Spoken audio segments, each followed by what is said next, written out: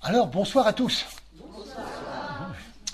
Frédéric et moi-même, nous voudrions vous remercier pour votre soutien et votre fidélité tout au long de cette année. Certains sont désolés que nous ne fassions plus les conférences en présentiel, mais en fait, ça ne comporte pas que des inconvénients, et l'expérience montre que nous sommes ainsi beaucoup plus nombreux connectés en direct. Alors, ensemble, poursuivons ce travail de groupe. Nous voici arrivés au dernier temps de notre cycle annuel, chérir le monde et servir la vie. C'est le dernier temps d'intégration de l'année écoulée en lien avec les énergies sagittaires. Et le titre de ce soir, cible du jour et flèche d'avenir, fait directement allusion au symbole du Sagittaire, c'est-à-dire un archer qui lance une flèche vers l'avenir dans une direction choisie, mais encore inconnue.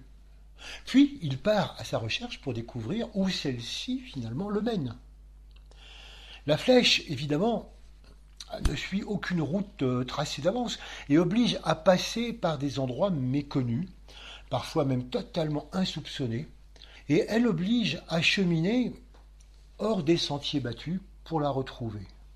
C'est un petit peu cette symbolique, vous voyez, donc, du Sagittaire et de cet archer à la recherche de ce qu'il y a au-delà. C'est intéressant de voir que l'énergie du Sagittaire est particulièrement reliée à la Terre, à la planète Terre et à l'humanité. Et c'est comme si elle nous accompagnait en permanence tout au long de l'année. Ainsi, nous avons lancé au début de l'année une flèche qui visait le but, chérir le monde, servir la vie. Voilà, c'était le but du début d'année. Et puis chaque mois, nous avons relancé cette flèche pour voir où elle nous menait, et relancé cette flèche pour voir où elle nous menait. Et chaque mois, nous nous sommes efforcés d'avancer dans l'attitude d'amour par rapport au monde et dans l'attitude de service, donc envers la vie. Avec l'énergie sagittaire, nous terminons l'année énergétique et nous touchons le but que nous avons cherché à atteindre depuis le début de l'année. Évidemment, ce n'est qu'un but provisoire, avant de repartir dès le mois prochain pour une nouvelle aventure, avant de clore donc cette dernière étape qui permet l'intégration de toutes les expériences intérieures et extérieures que nous avons pu vivre au cours des mois précédents. Où nous ont mené toutes ces flèches ? Quelles cibles avons-nous atteints ? Le mental curieux qui cherche sans cesse des réponses s'identifie bien aux flèches lancées en permanence. Mais la démarche qui consiste à se rendre jusqu'à la cible atteinte, à travers les obstacles, à travers les difficultés de la vie, c'est loin d'être évident. Notre quotidien est parfois tellement touffu que nous perdons notre flèche en cours de route.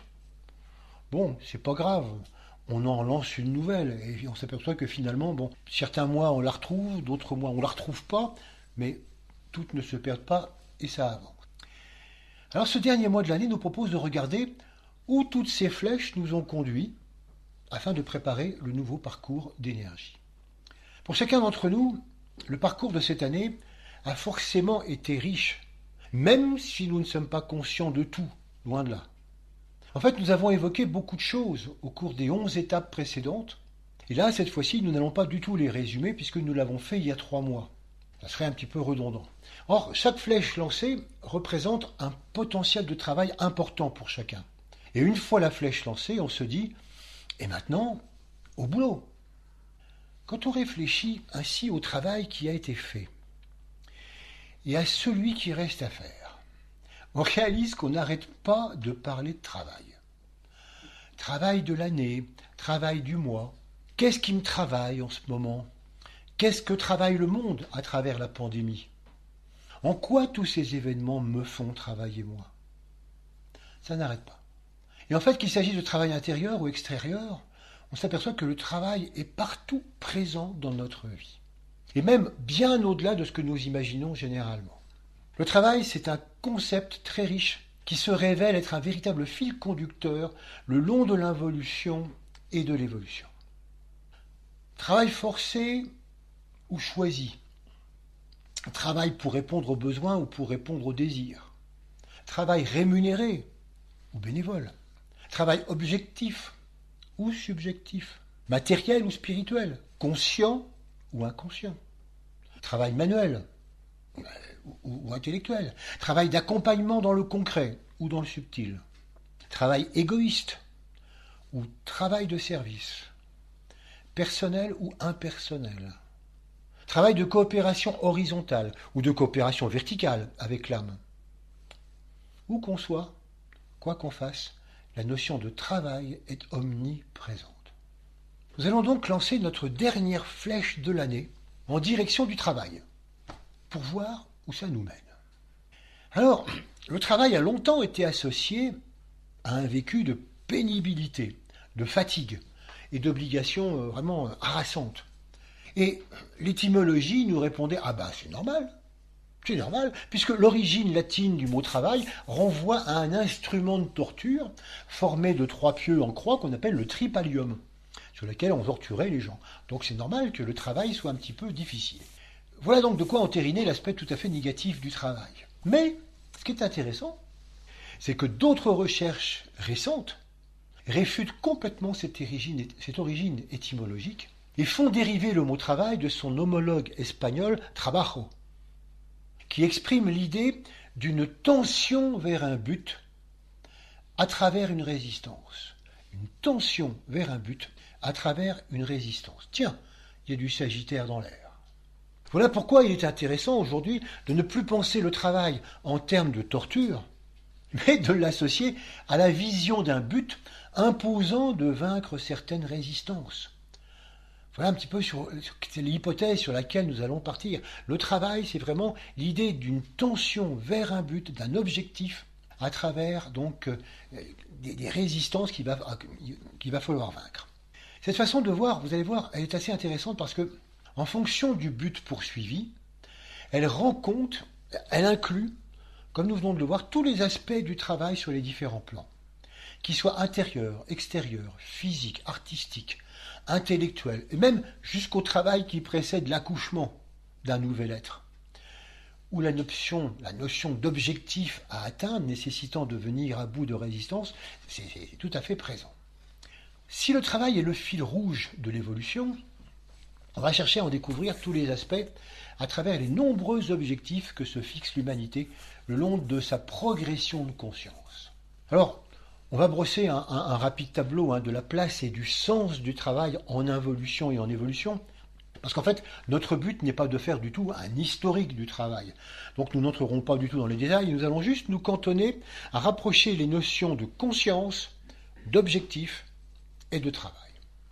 En conscience de masse, le travail répond tout d'abord à un objectif de survie. Seulement. Le travail a pour unique but de subvenir aux besoins de la vie d'une communauté. Et il est plus ou moins pénible selon les latitudes et selon l'environnement social. Il faut noter qu'actuellement, en conscience de masse, beaucoup d'individus travaillent au service des autres. De l'esclave à l'ouvrier et au paysan plus ou moins exploité, tous travaillent dur pour gagner le droit de subsister. Et ça comprend aussi tous les travaux domestiques auxquels les femmes ont été astreintes au cours de nombreux siècles pour que puisse vivre une famille généralement nombreuse. Les salaires, souvent réduits au minimum, permettent à peine de répondre aux besoins. Et souvent, la pénibilité, voire la dangerosité de ces travaux est conséquente et restreint la durée de vie, même si avec l'arrivée de l'ère industrielle, l'assistance des machines a rendu le travail beaucoup moins pénible dans de nombreux secteurs. Cette forme de travail, presque exclusivement physique et matérielle, a eu cours pendant des millénaires et persiste encore de nos jours dans bien des points du globe.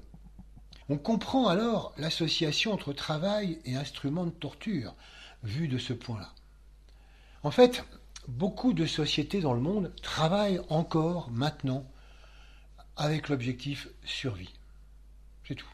Mais il est intéressant, du point de vue de l'évolution, de constater que dans nos sociétés modernes, cet objectif a la plupart du temps été atteint et dépassé. Car à travers le travail et les conditions difficiles, les individus se sont construits peu à peu.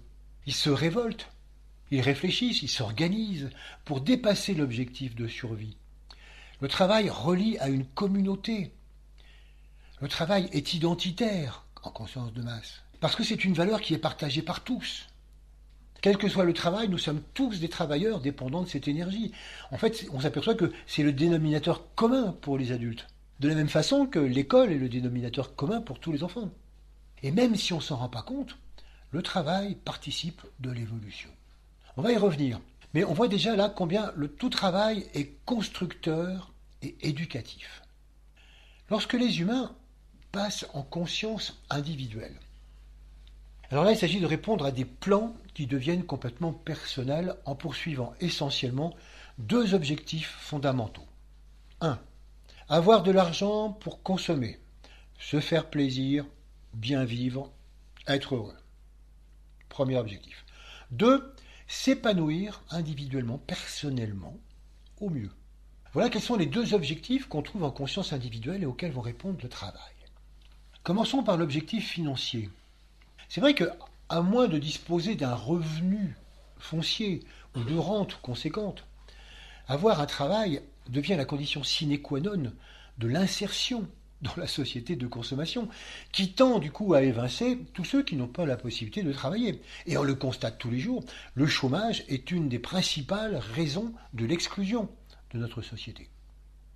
Si le travail au sens d'exercer un métier, exercer une activité, a pris autant d'importance dans notre société moderne, c'est parce que majoritairement, notre objectif actuel est de satisfaire les besoins de production, de distribution et de consommation de biens qui nous semblent parfaitement indispensables à notre bonheur.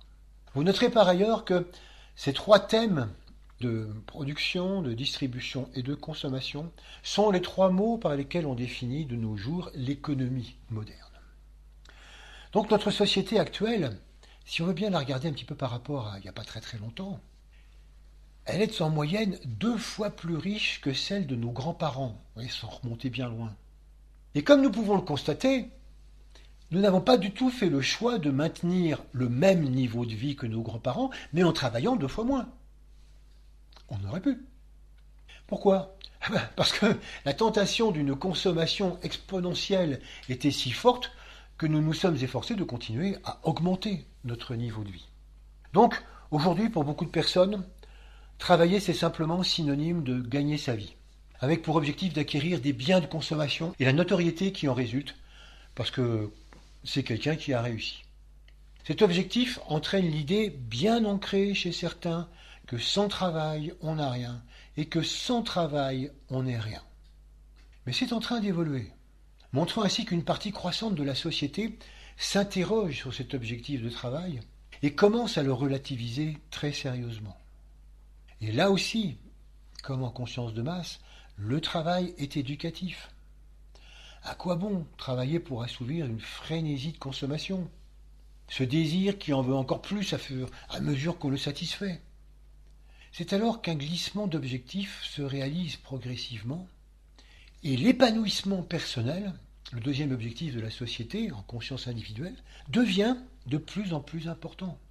C'est un objectif qui anime depuis longtemps toutes les personnes qui découvrent et utilisent leur créativité. Dans le passé, déjà, nombre d'artisans, d'artistes, de chercheurs, de philosophes, d'utopistes, peu sensibles à l'argument argent, tenaient à leur liberté d'expression et de création et comprenaient combien ils se réalisaient à travers leurs activités. Aujourd'hui, la notion d'épanouissement par le travail est devenue essentielle. L'intérêt qu'on ressent pour son travail donne sens à l'existence. Le métier permet de grandir, ce que confirme par exemple la notion d'avancement professionnel. Il mobilise généralement l'ensemble de nos corps, physique, émotionnel et mental. Et il incite à devenir de plus en plus créatif et à développer la personnalité. Le travail apporte une structure au quotidien. Il permet de se situer dans l'espace-temps, de se sentir utile, reconnu et de trouver sa place dans la société. Et d'ailleurs, c'est ce qui fait cruellement défaut souvent aux chômeurs et parfois à certains retraités en panne de créativité. Et d'ailleurs, à ce sujet, c'est intéressant de voir que là aussi, la conception de la retraite est en train de changer. On conçoit de plus en plus que la retraite n'est pas un moment où on se retire du travail, mais une période de vie au cours de laquelle on change la nature de notre travail. On laisse juste notre activité professionnelle et on se libère pour travailler autrement. Ainsi, plus on progresse en conscience individuelle et plus la possibilité de choisir un métier qui nous convienne s'accroît.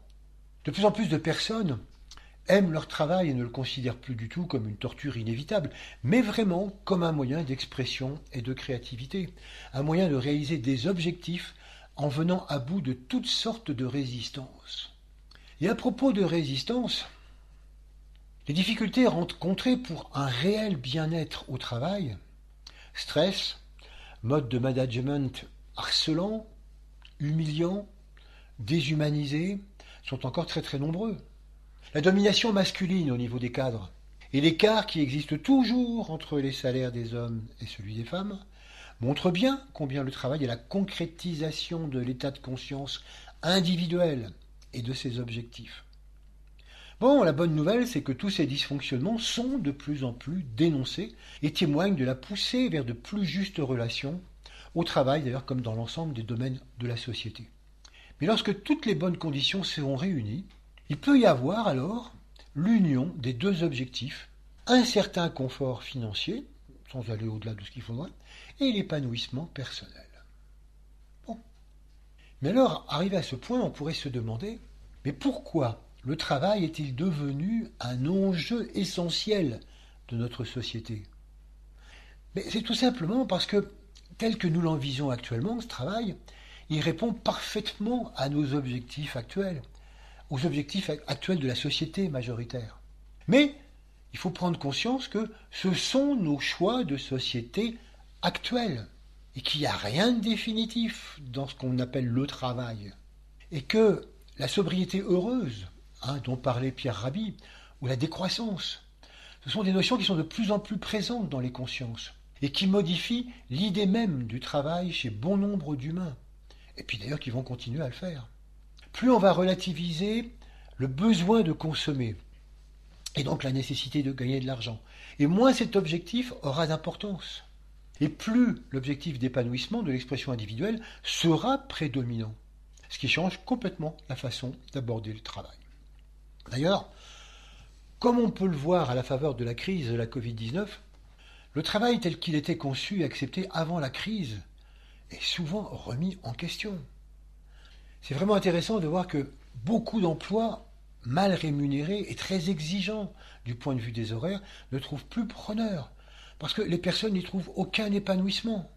D'autres abandonnent aussi leur emploi par surcroît de travail, à cause du stress et des mauvaises conditions de vie que ça engendre, ras-le-bol. Enfin, comme nous allons le voir, certains se réorientent complètement pour vivre ailleurs et mettre en place un autre travail, correspondant mieux à leur système de valeurs. En fait, c'est là où nous voyons le côté éducatif de nos erreurs. C'est grâce à tous les excès de notre société de surproduction, de surconsommation, que l'homme est en train de se rendre compte qu'il n'est pas sur Terre pour être au service de l'économie de consommation, mais pour mettre l'économie au service de son épanouissement. Une inversion complète. Et progressivement, ça va nous désaliéner d'un système que nous avons mis en place et qui, au lieu de créer le bonheur pour tous, est en train de plomber complètement la planète Terre et tous ses habitants. Et c'est aussi pour cette raison, que le travail professionnel est un enjeu essentiel de notre société. C'est parce que nous sommes maintenant en mesure de comprendre combien le travail est enseignant et constructeur. Ce sont des choses que nous allons développer. Le travail, c'est un fabuleux instrument de développement de la conscience pour tous, quel que soit notre niveau de conscience. Notre rapport au travail est en perpétuelle mutation et témoigne de notre évolution de conscience. Alors, comme vous l'avez vu, avec l'état de conscience de masse et l'état de conscience individuelle, nous n'avons abordé jusqu'ici que le travail sous sa forme extérieure, de production extérieure. En effet, dans ces deux états de conscience, le travail intérieur, le travail subjectif, n'est pas du tout encore envisagé. Cette dimension va apparaître avec le développement de la conscience d'ensemble. En effet, quand on commence à aborder la conscience d'ensemble, alors un nouveau mouvement de réorientation s'opère, dans lequel l'objectif principal se réoriente complètement. Il ne s'agit plus de gagner de l'argent pour satisfaire ses désirs, ni d'épanouissement individuel, même si ces objectifs sont encore quelque peu sous-jacents, ils sont encore là. Mais ils ne sont plus du tout prioritaires. La priorité, elle est donnée peu à peu à un travail intérieur. Il s'agit dorénavant de s'épanouir en tant que terrien, en tant qu'humain participant à l'évolution de la Terre, en tant que membre d'une communauté humaine globale. Ah, évidemment, quand on voit ça de l'extérieur, par exemple du point de vue de la conscience individuelle, on pourrait dire c'est pas un travail, ça, c'est tout juste une prise de tête, c'est tout ce qu'on peut. C'est pas un travail. Ouais, c'est vrai que vu de l'extérieur, on pourrait dire ça. Mais c'est pourtant ce nouveau travail qui va devenir de plus en plus important avec l'évolution de conscience qui s'ensuit. La phrase qui définit le travail comme la vision d'un but imposant de vaincre certaines résistances prend alors une toute autre signification quand on travaille de l'intérieur.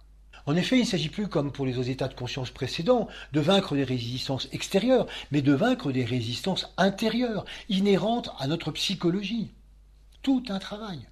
L'objectif consiste alors à répondre qu'on en ait conscience ou pas. Ça, c'est vraiment important. L'objectif consiste donc à répondre à l'appel intérieur de la présence de l'âme qui nous demande de la coucher.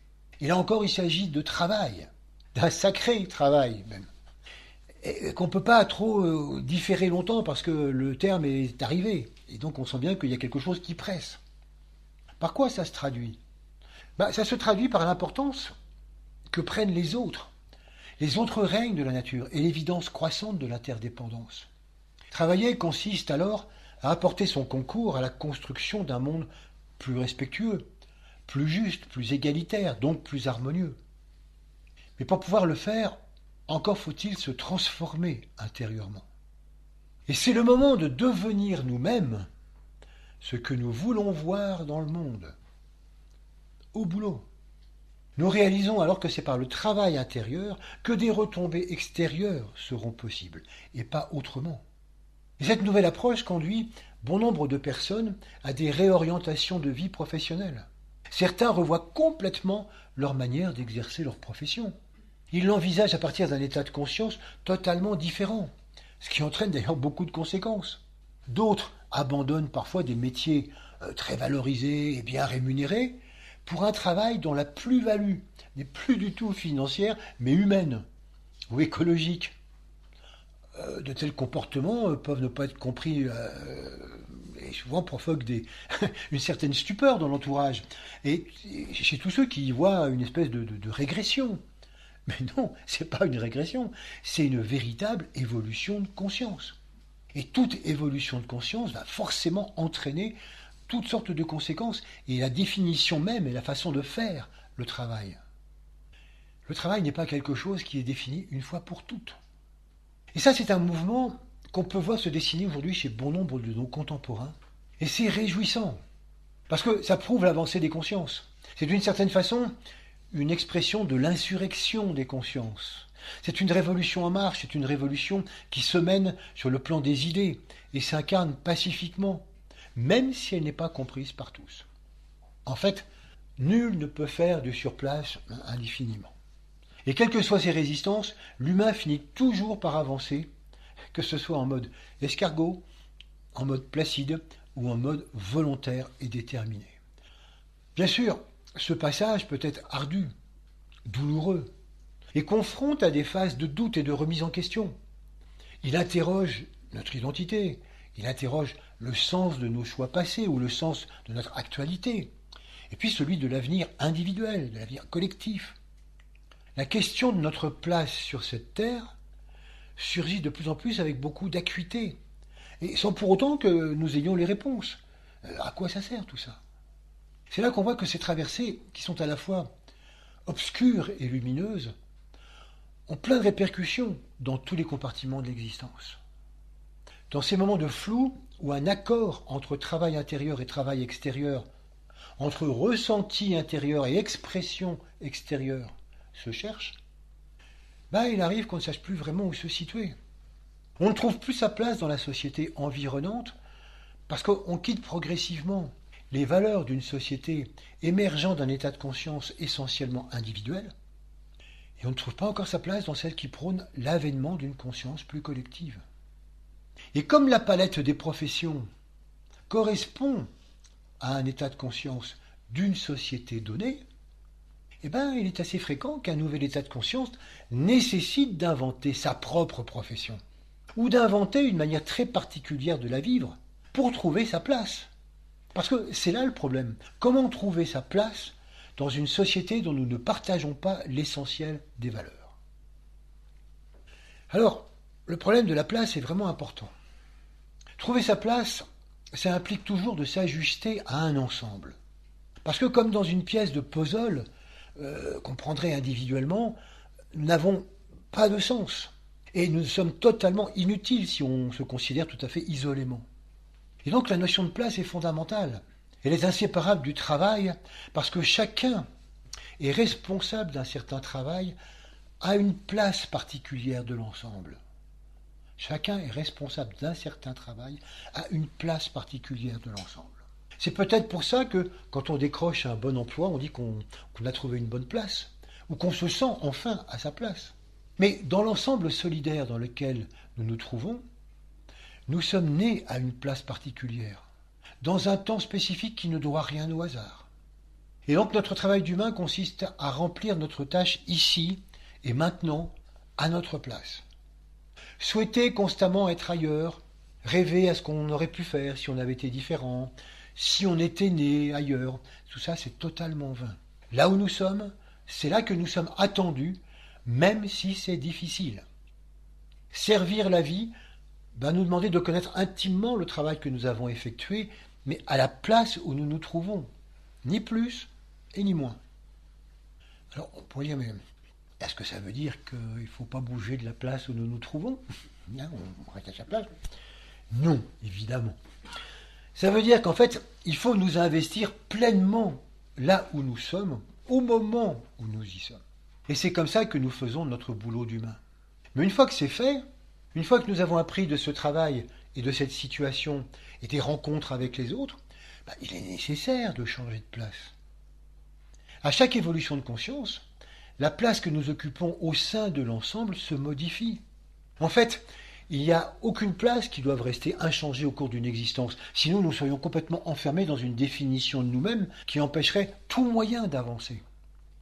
Et c'est pourquoi il apparaît naturel maintenant de changer d'activité ou de profession plusieurs fois dans la même vie. Et pourtant, lorsque nous avons trouvé une bonne place, à tout point de vue, quand nous avons atteint une certaine cible satisfaisante, qu'il est difficile de l'abandonner pour une autre, incertaine, aux contours hypothétiques et au confort pas garanti du tout. Et oui, ce qui est demandé, c'est carrément de lâcher la proie pour l'ombre. Ce qu'on dit, ce qu'il ne faut surtout pas faire. Ce qui est demandé, c'est de faire mentir le dicton des peureux. On sait ce qu'on perd, on ne sait pas ce qu'on gagne. Et c'est là qu'on voit que la peur est complètement anti-évolutive. Et quelle que soit son intensité, elle exige d'être dépassée pour sauter le pas et s'engager vers le nouveau. C'est une étape indispensable parce que, au fur et à mesure que nous progressions en conscience, notre représentation du tableau d'ensemble change. Et un réagencement de notre place au sein de cet ensemble est forcément indispensable.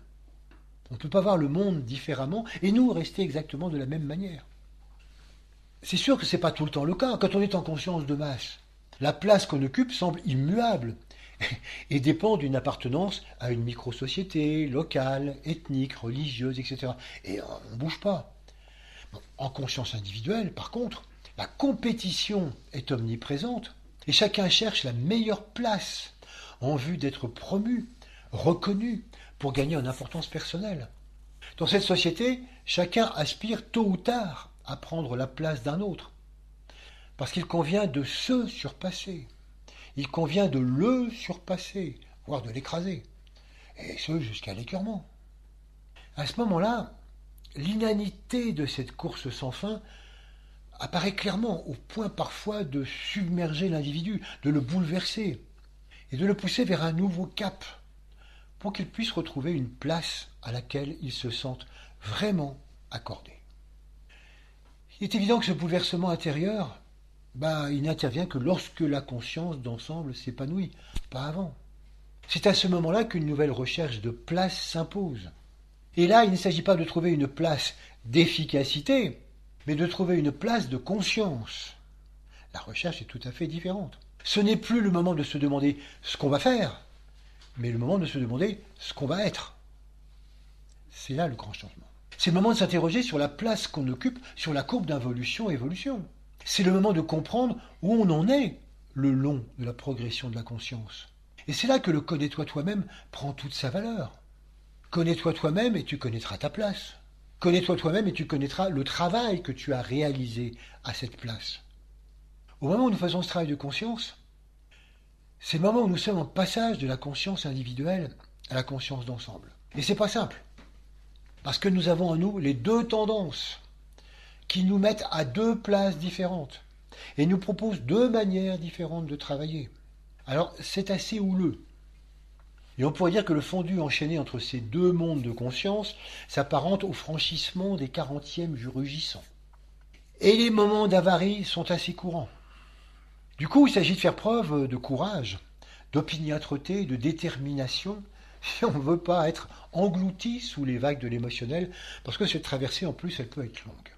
Mais c'est l'épreuve à passer pour pouvoir se situer vraiment à une nouvelle place. Et cette place de conscience, cette place dans l'ensemble, elle nous conduit alors à opter pour une toute autre manière de travailler ou un tout autre travail plus ajusté à notre nouvel être intérieur. Mais encore une fois, mais quel boulot! Ça n'arrête pas. En fait, nous pourrions définir l'évolution comme le mouvement incessant des places, occupées par chaque cellule du vivant, et leur réagencement permanent en vue d'un nouveau travail. Ce serait comme un puzzle qui se modifierait lentement, mais constamment, à mesure que chaque pièce se redéfinit. Cette évolution, à travers les âges de conscience, conduit l'humain à réaliser le sens de sa mission sur Terre et l'amène à prendre sa place au sein du 5e règne. Et donc on peut voir qu'il y a 3 termes importants. Être à sa place, exercer une fonction et enfin remplir sa mission. Voilà les 3 stades d'évolution du travail. Être à sa place, exercer une fonction et enfin remplir sa mission. Mais le travail ne s'arrête pas là, bien évidemment. Nous avons vu le mois dernier que l'humain ne peut rester éternellement sur la circonférence du cercle. Vous savez, le cercle où il y a le point au centre. Une fois qu'il en a exploré tous les points de nombreuses fois, eh bien, il ne se trouve plus sens à occuper une place qui ne correspond plus du tout à son ressenti intérieur. On a vu alors qu'il doit sauter vers le centre, au centre. Nous avons appelé ça la sublimation. Il doit sublimer son état pour adopter l'identité de son être profond. Et ça, c'est le nouvel objectif d'un nouveau travail. Alors on pourrait dire, est-ce que le travail s'arrête lorsqu'enfin on est au centre? Évidemment non. Lorsqu'on est au centre à cette nouvelle place, on découvre avec un regard plus pointu que le point sur lequel on se trouve est aussi un cercle, avec un nouveau point au centre. Et qu'il va devoir faire encore le tour de ce nouveau cercle pour pouvoir ensuite sublimer à nouveau, et ainsi de suite, et répéter finalement tous ces sauts évolutifs, jusqu'à un jour devenir maître dans l'art de servir la Terre. Donc c'est incessant. En fait, à chaque étape, une nouvelle place qui découvre un nouvel objectif à réaliser en venant à bout des résistances. Un nouveau travail qui s'inscrit dans la mission globale à laquelle nous nous consacrons depuis notre venue sur Terre. Et depuis cette place de serviteur, nous réalisons que l'objectif, c'est de participer au travail d'extériorisation de l'âme en rayonnant la lumière que nous sommes depuis le centre vers le cercle. Rayonner la lumière de l'amour, lumière de l'intelligence, lumière de la volonté. Et finalement, c'est en devenant un phare pour tous ceux qui sont encore pour un temps sur le cercle extérieur que nous venons de quitter, que nous accomplissons pleinement alors notre travail d'humain. C'est là désormais notre principal travail. Alors, pour continuer d'explorer toutes les possibilités justement que nous offre le travail, nous avons vu en filigrane, à travers toutes les formes de travail inhérentes aux différents états de conscience, qu'il y a un grand travail qui traverse tous les niveaux de conscience. C'est le travail de l'éducation. L'éducation est le fil rouge du travail, sous toutes ses formes. L'éducation, ça consiste à éclairer, à accompagner ceux qui nous suivent dans cette grande histoire de conscience. À tous les âges de conscience, le principal travail imparti à chaque cellule de l'humanité, c'est d'apprendre des circonstances, d'apprendre de nos semblables, d'apprendre de nos prédécesseurs et de retransmettre cela au cœur des humains. L'éducation est le maître mot de notre mission sur Terre parce que elle permet dans une vaste chaîne solidaire d'aider l'autre à trouver une nouvelle place qu'il pourra occuper pour concourir au bien commun. Nous partageons tous en permanence le travail d'éducateur éduqué, et c'est ainsi que nous cheminons individuellement et collectivement. C'est intéressant de voir que le travail scolaire, le travail de formation professionnelle, ou le travail de développement personnel, le travail de découverte de la vie intérieure, le travail de méditation, mais tout ça, ça nous éduque progressivement à réaliser ce qu'est notre identité et à occuper dès lors la place la mieux appropriée à ce que nous sommes pour participer à la mission humaine et en comprenant le sens. Et donc le travail d'éducation, il comprend aussi un aspect auquel nous ne sommes peut-être pas habitués. C'est ce qu'on appelle le karma, qui fait partie de l'éducation. En effet, c'est intéressant, dans les écrits de l'Agni Yoga, il est dit que la réelle signification du mot karma, c'est travail. Bon, alors comment comprendre cette phrase ? Il faut la voir avec une équivalence que nous avons vue lors de la première conférence de ce cycle en Capricorne, où nous avons déjà évoqué ce qu'est le karma. Nous avions vu que la planète Terre peut être considérée comme un immense chantier école. Et que sur ce chantier école, la grande méthode d'apprentissage s'appelle le karma. Et qu'on y apprend que nos actes ont des conséquences en intégrant peu à peu la loi de cause à effet. La règle d'apprentissage de ce chantier école, c'est l'auto-éducation. Se confronter à ses propres réalisations, à ses échecs, à ses succès. Et à comprendre ce qui a réussi et puis ce qui n'a pas fonctionné. Non pas grâce à des explications données par quelqu'un, parce que l'expérience de l'autre, ça ne nous éclaire pas vraiment, mais en revivant la situation avec du recul, et en la comprenant autrement, et en y répondant du coup différemment. Si par exemple nous avons développé dans une vie certaines qualités, certains comportements, certains savoir-faire, alors nous les retrouvons plus tard pour pouvoir les utiliser au mieux et aller encore plus loin sur le chemin de l'évolution. Si au contraire, on a échoué quelque part, pas de problème. On va développer des qualités de nouveaux comportements et puis quand on sera prêt, on retrouvera plus tard, parfois plusieurs vies après, l'ancienne situation. Et non seulement à ce moment-là on comprend ce qui n'a pas marché, mais en plus on a la capacité d'y répondre d'une manière plus juste. Voilà en quoi le karma est un processus d'apprentissage et comment par lui on peaufine nos compétences. C'est en comprenant la nature des qualités que nous avons développées intérieurement que nous pouvons aborder un travail plus important. C'est en comprenant nos comportements erronés et en les rectifiant concrètement que nous apprenons sur le terrain, par exemple, l'art du vivre ensemble. Ce processus éducatif est un énorme travail. Voilà pourquoi karma veut dire travail, auquel nous nous confrontons sans cesse, à chaque vie. Le karma, c'est l'opportunité qui se présente à chaque instant pour traiter ce que nous sommes en capacité de résoudre, pour comprendre ce que nous sommes en capacité de comprendre, et pour réorienter ce que nous pouvons alors réorienter. Du point de vue d'une éducation collective, c'est intéressant de voir que le karma, en fait, nous rappelle sans cesse, au fur et à mesure que nous pouvons le comprendre, qu'à cause de l'involution indispensable, nous avons perdu le sens de notre histoire. Du coup, nous sommes persuadés, par exemple, qu'il fallait travailler pour vivre. Parce que nous avons complètement perdu l'idée que nous sommes en fait en mission.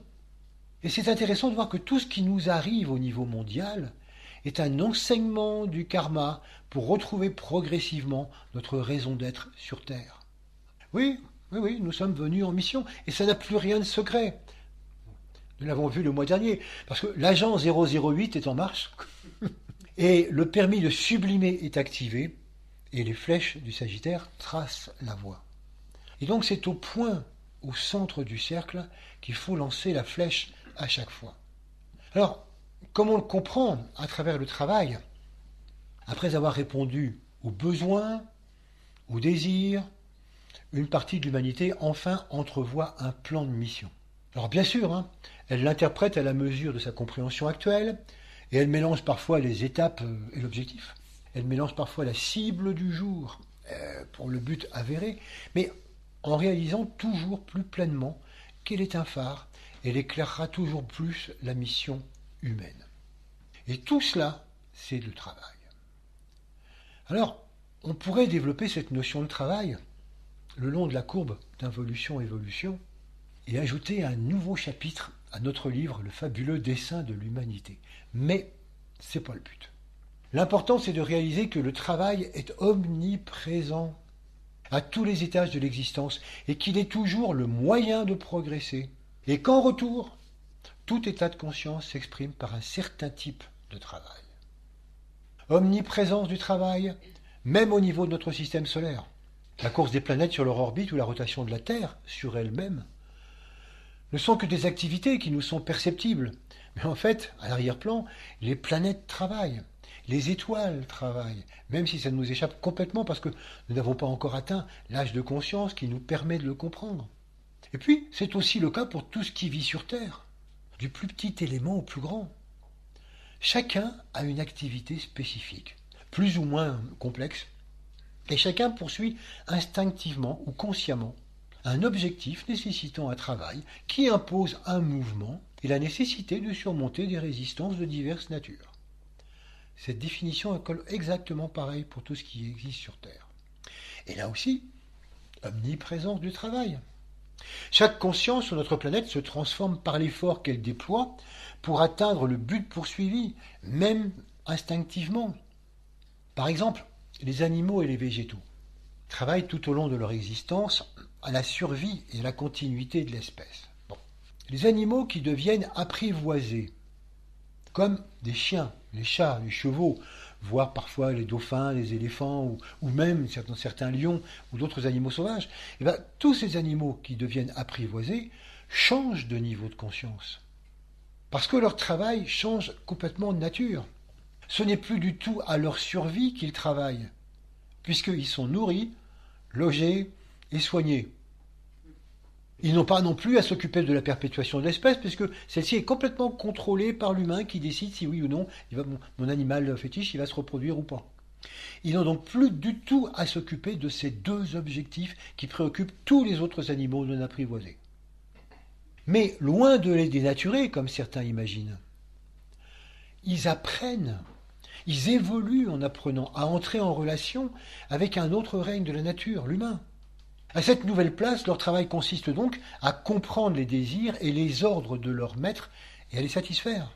Ils deviennent alors capables de faire taire certains instincts pour répondre aux attentes de l'humain. Ils passent ainsi d'un travail purement physique et instinctif à un travail relationnel, affectif et intelligent. Et ils construisent et peaufinent ainsi leur corps émotionnel et leur intelligence en vue d'une évolution ultérieure. La domestication est une école pour le règne animal. Ça ne saute pas toujours aux yeux, mais c'est un travail pour eux, important. De même pour les plantes. On peut supposer que le travail d'une plante sauvage n'est pas du tout le même que celui d'une plante cultivée, choyée, bénéficiant de tous les apports nécessaires, à domicile.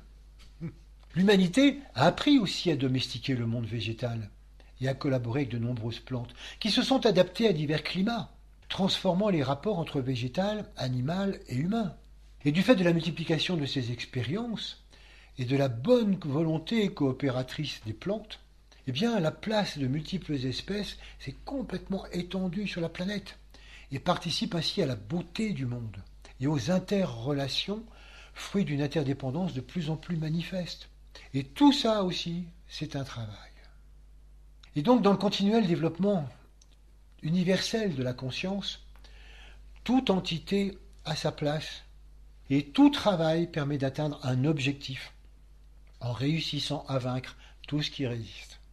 À partir de là, une marche est franchie, un saut de conscience est acquis, et alors apparaît une nouvelle place à laquelle un nouveau travail est proposé pour continuer l'évolution. Et c'est ce qui permet de grandir en conscience. Et c'est pour ça, comme nous l'avons signalé au début, que le mot travail existe dans des secteurs aussi variés que la vie professionnelle, le développement personnel, la vie intérieure, les devoirs scolaires, tout. Tous et toutes, nous travaillons en permanence sur un plan ou sur un autre, et même lorsque nous n'occupons aucun emploi. Il nous arrive même à travailler du chapeau, quand nous sommes complètement submergés et perdus dans nos multiples pérégrinations intérieures. Il s'agit alors de travailler à rétablir des priorités pour retrouver sa place. On n'y échappe pas. Alors, ça ne veut évidemment pas dire qu'il ne faut pas avoir de loisirs ou de repos, car on oppose quelquefois facilement travail à repos et à loisirs. Les loisirs comme le repos sont des temps de respiration indispensables. Mais même au repos, même en loisir, nous travaillons sans forcément le réaliser. Nos cellules, nos organes travaillent, nos différents corps travaillent pour que nous puissions travailler à notre mission essentielle.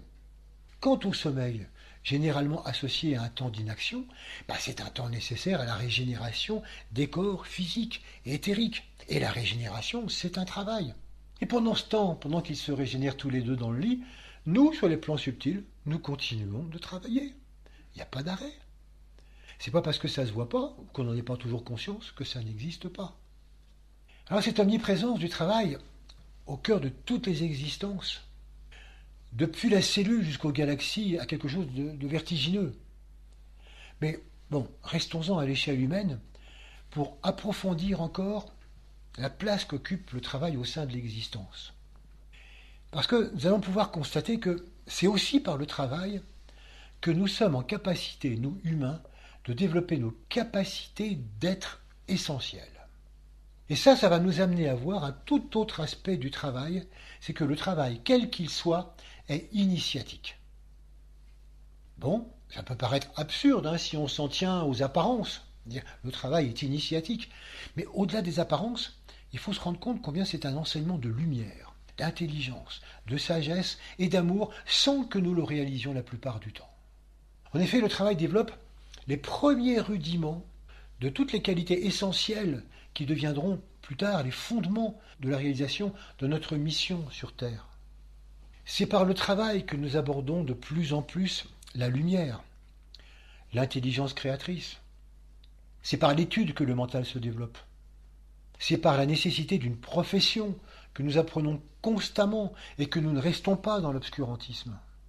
C'est en développant notre créativité et en se confrontant à toutes les résistances que nous apprenons à voir de plus en plus claires dans le monde qui nous entoure. Là, on développe de plus en plus cet aspect lumineux, on devient de plus en plus lumière. Aussi étrange que ça puisse paraître, c'est aussi par le travail qu'on accède progressivement à la fraternité et à l'amour. Parce que c'est en travaillant ensemble, en équipe, que les premiers éléments d'amour sont présentés. C'est en apprenant à respecter, à reconnaître et à prendre en compte la place de chacun au travail que l'amour se met en place progressivement. C'est en prenant en compte les uns et les autres au sein d'un même organisme et en découvrant notre articulation, notre complémentarité, que la notion de solidarité s'épanouit progressivement. Et c'est ainsi que le sentier de la fraternité passe par le travail. Le sentier de la fraternité, en fait, ce n'est que la redécouverte progressive de notre intrication fondamentale. Et le travail nous conduit à cette reconnaissance, à cette reconnexion, à cette nécessaire collaboration, y compris quand nous occupons une fonction apparemment solitaire. Apparemment solitaire. Parce que quoi qu'on fasse, c'est toujours pour quelqu'un. Quoi qu'on dise, c'est toujours à quelqu'un. Quoi qu'on lise, ça vient toujours d'un autre. Bref, nous sommes toujours reliés, donc unis, donc cellules d'un ensemble unitaire qui nous contient au-delà de tout entendement. Et c'est cela que nous avons à découvrir. C'est ça qu'on a à révéler et à acter dans tous nos travaux quotidiens. La capacité de le penser, d'envisager la coopération, de concevoir un but et un processus pour y parvenir, tout ça, c'est travail. Tout ça, ça crée du lien social, du lien physique, éthérique, affectif et mental. Mais le travail ne nous révèle pas que la lumière et l'amour. Il révèle aussi, par exemple, à travers les conditions de la création. Notre création au quotidien. Parce que c'est en travaillant ensemble, en équipe, qu'on découvre l'efficacité du travail de groupe, qui sera tellement nécessaire ensuite pour le travail subjectif. C'est un début, hein. L'union fait la force, etc. Mais c'est un début fondamental. C'est les bribes d'un enseignement qui pourra se développer. Le travail révèle également l'extraordinaire nécessité du rythme dans le travail, sa valeur. Nous réalisons progressivement que sans régularité, sans rythme, le travail extérieur, tout comme le travail intérieur, n'atteint jamais le but recherché. Toute création, toute entreprise nécessite de s'accorder sur un certain rythme pour pouvoir atteindre, à terme, un objectif. Et c'est pour ça que les rythmes sont à l'origine des multiples cycles dans lesquels nous évoluons. Et les rythmes que nous abordons permettent de mettre en mouvement les cycles créateurs. À défaut, c'est l'échec assuré de tout ce que nous entreprenons. On peut voir que même un simple travail régulier d'entraînement sportif peut nous amener à réaliser la vertu du rythme et peu à peu nous mettre en ordre à travers un tempo régulier. Là encore, nous réalisons à quel point la conscience se développe et s'affine à travers le travail quotidien, à travers tous les travaux que nous menons consciemment et inconsciemment. Lorsque nos liens seront pleinement reconnus, lorsque notre unité sera pleinement reconnue, lorsque nos rythmes s'accorderont à la pulsation de la Terre, nous aurons alors réalisé notre mission d'humain, notre mission de service et d'amour.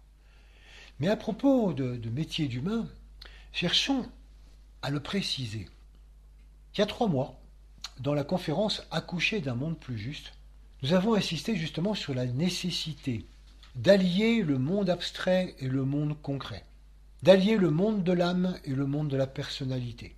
Le travail proposé alors insistait sur le point de jonction à réaliser entre ces deux mondes.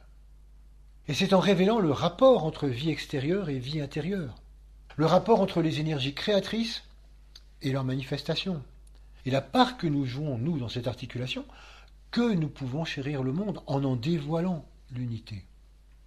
Et par là, nous développons la compréhension du travail que nous faisons, au-delà de ce que nous faisons concrètement. Qu'est-ce que ça veut dire ?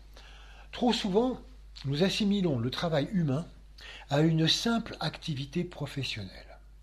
Nous donnons de l'importance à ce que nous faisons concrètement, et non à la qualité que nous rayonnons à travers cette activité.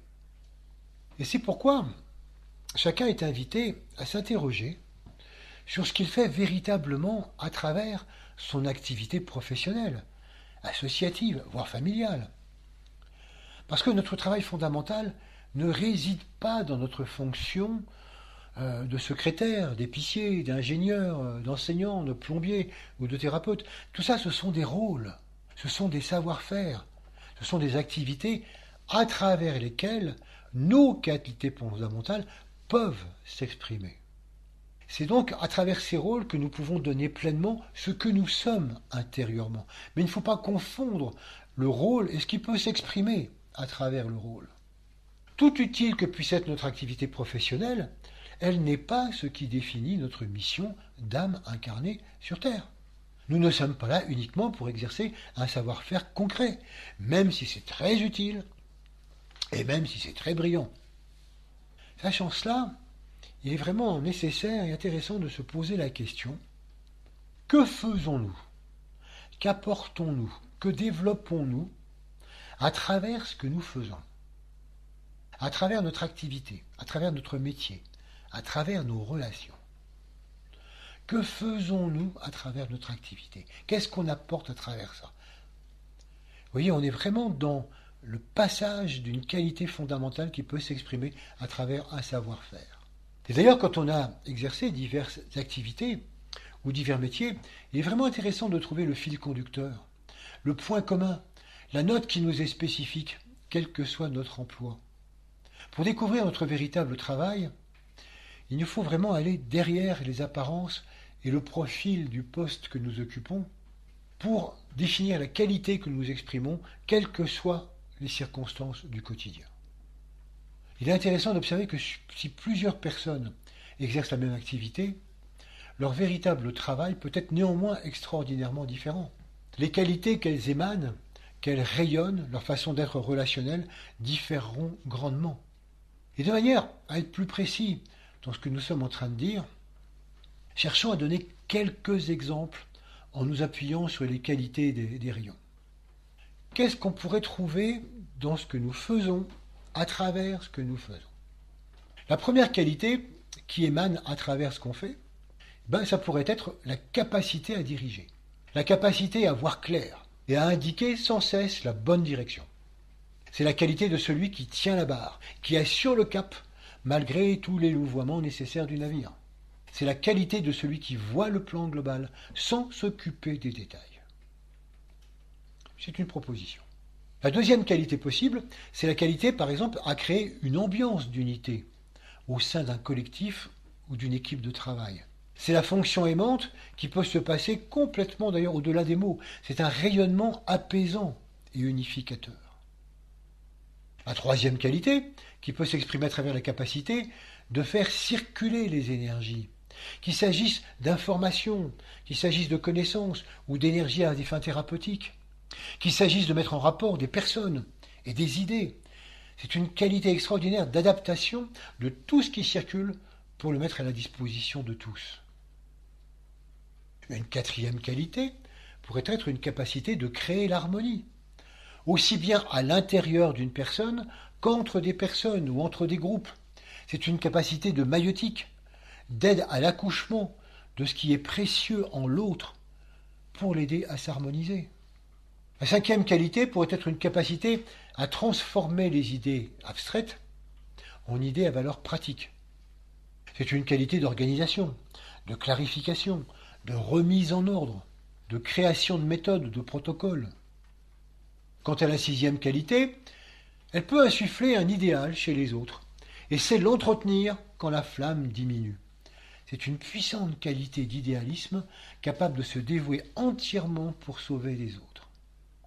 Et puis la septième qualité, c'est la capacité à matérialiser des projets, une facilité à manier l'argent et tout ce qui est physique, matériel, de manière à concrétiser des projets. C'est aussi une faculté de collaborer dans ce travail. Naturellement, cette liste n'est pas du tout exhaustive, ne choisissez pas forcément entre ces 7 propositions, c'était juste un ensemble de suggestions, un ensemble pour suggérer simplement les orientations qui sont les nôtres, quoi que nous entreprenions. Mais c'est à nous vraiment maintenant de chercher en nous, mais au fait, moi, comment est-ce que je formulerais ça? Comment est-ce que je pourrais trouver la qualité qui émane de moi, le travail de fond que je fais à travers ce que je fais. C'est là que se situe notre vrai travail. C'est là notre véritable identité qualitative. Chacun rayonne une qualité, une note spécifique qui colore en arrière-fond toutes les activités qu'il enclenche. Alors à partir de cette reconnaissance de nos capacités particulières, après il importe de les utiliser le plus consciemment possible afin de les mettre en valeur et de reconnaître pleinement ce qui motive notre action créatrice. Mais après cette première étape, on peut encore aller plus loin. En effet, après avoir répondu à la question « Que faites-vous à travers ce que vous faites ?», il en vient une toute autre, importante aussi, pour donner sens à cette action. Cette deuxième question vient nous inscrire dans un contexte plus global, plus unitaire. Et cette deuxième question demande « Au nom de quelle valeur globale faisons-nous ce travail ? Au nom de quelle idée ? Au nom de quel principe faisons-nous ce travail ?» Et la synthèse de ces deux réponses éclaire la part de créativité qui nous revient de mettre en œuvre, quelle que soit notre activité. Lorsque nous découvrons notre véritable travail et le principe à partir duquel nous le faisons, nous avons notre feuille de route à appliquer où que nous soyons et quelle que soit notre profession. Nous commençons alors à comprendre ce qui s'appelle le service, et qui sera d'ailleurs notre thème l'année prochaine. C'est la partition permanente à jouer, quelles que soient les activités quotidiennes. Et là, il n'y a ni vacances ni retraite. C'est un travail permanent.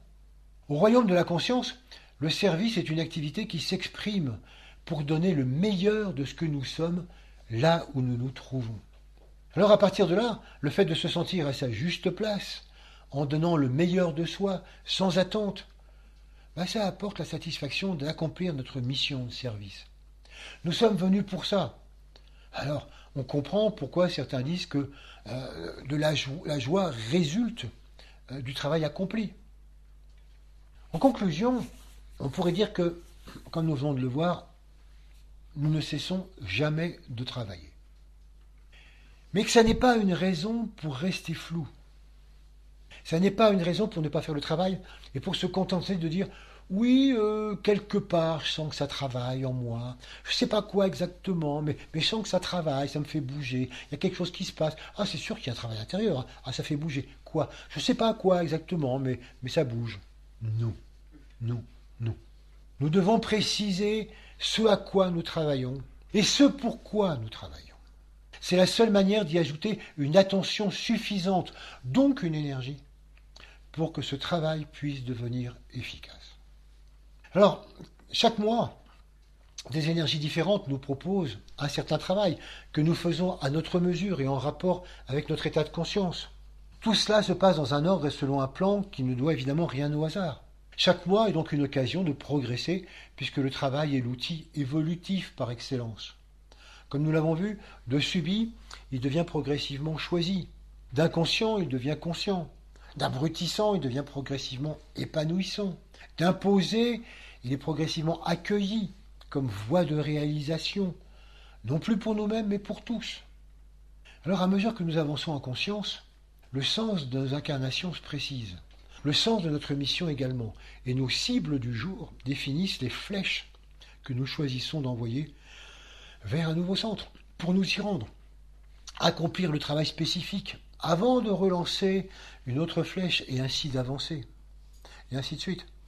Ainsi de suite, de point en point, tous ensemble vers le plus grand centre où nous allons tous pour le bien de la communauté terrienne. Et c'est ainsi que depuis le début, nous chérissons le monde et que nous servons la vie. Donc, bon travail à tous. C'est ainsi que nous clôturons notre cycle annuel, mais évidemment, nous poursuivrons dès le mois prochain avec les énergies Capricorne et le thème les rendez-vous du service, donc qui sera le thème de l'année 2022. Mais avant, eh bien, pour la clôture de ce cycle, faisons une dernière méditation ensemble.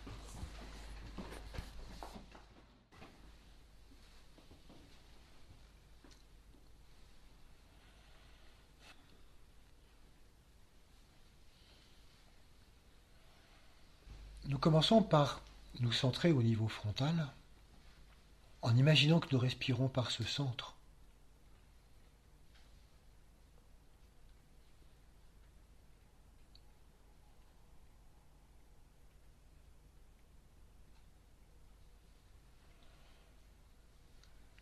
Et nous en profitons pour nous relier à tous les méditants du monde,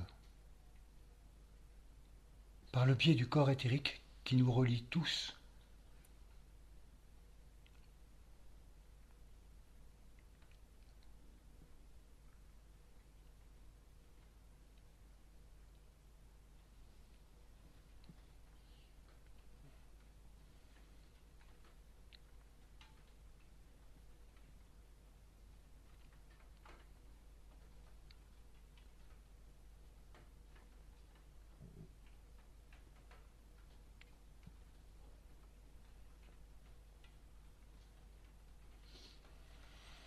Et puis en passant par l'intérieur de la tête, nous rejoignons, vers le sommet de la tête, l'âme que nous sommes. Et nous cherchons à le faire à travers l'une des grandes qualités de l'âme. Volonté, amour, lumière. Et nous cherchons à devenir vraiment l'une de ces qualités.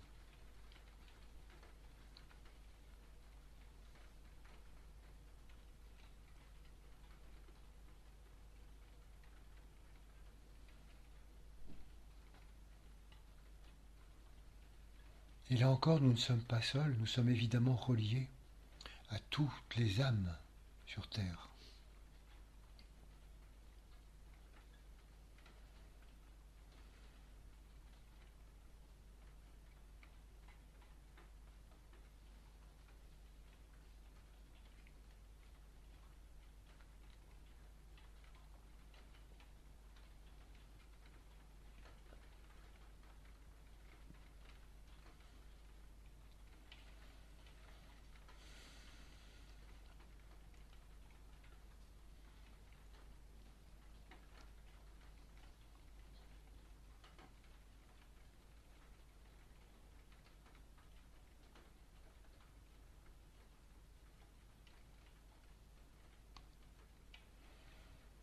Alors, à la lumière de l'âme que nous sommes, nous cherchons à faire le point sur les cibles que nous avons atteintes cette année.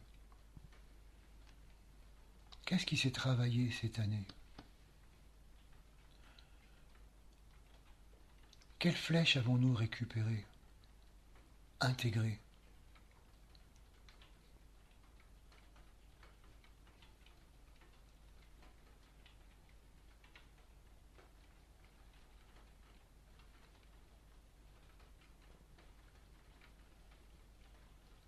C'est toujours très important de faire ce travail, sinon il part dans l'oubli et ce que nous avons développé s'efface.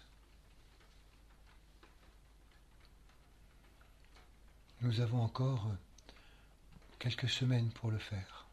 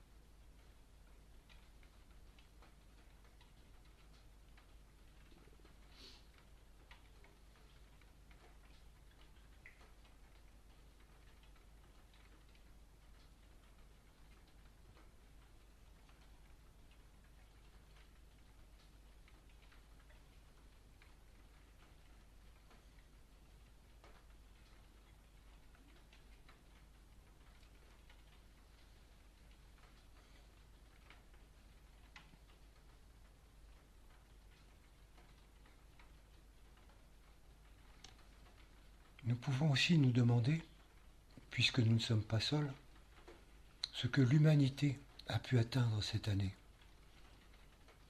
dans tout ce qui lui était proposé de travailler. Qu'avons-nous compris, intégré?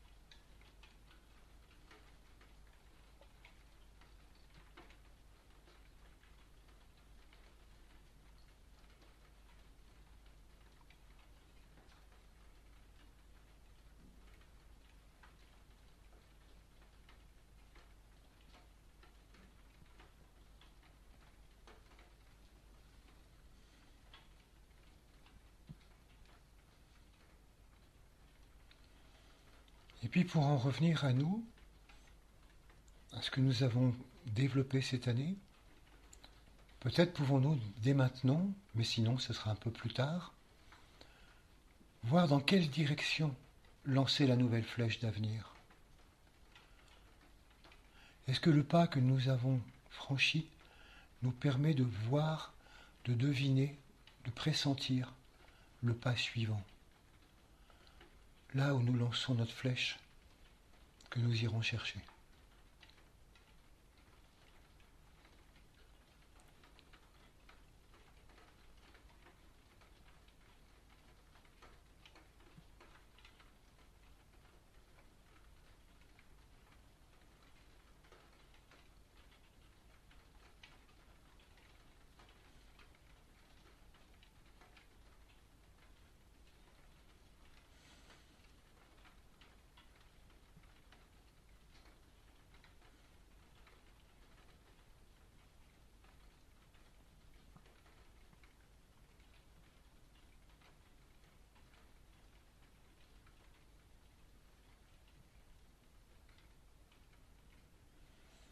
nous pouvons faire ce même travail pour l'humanité.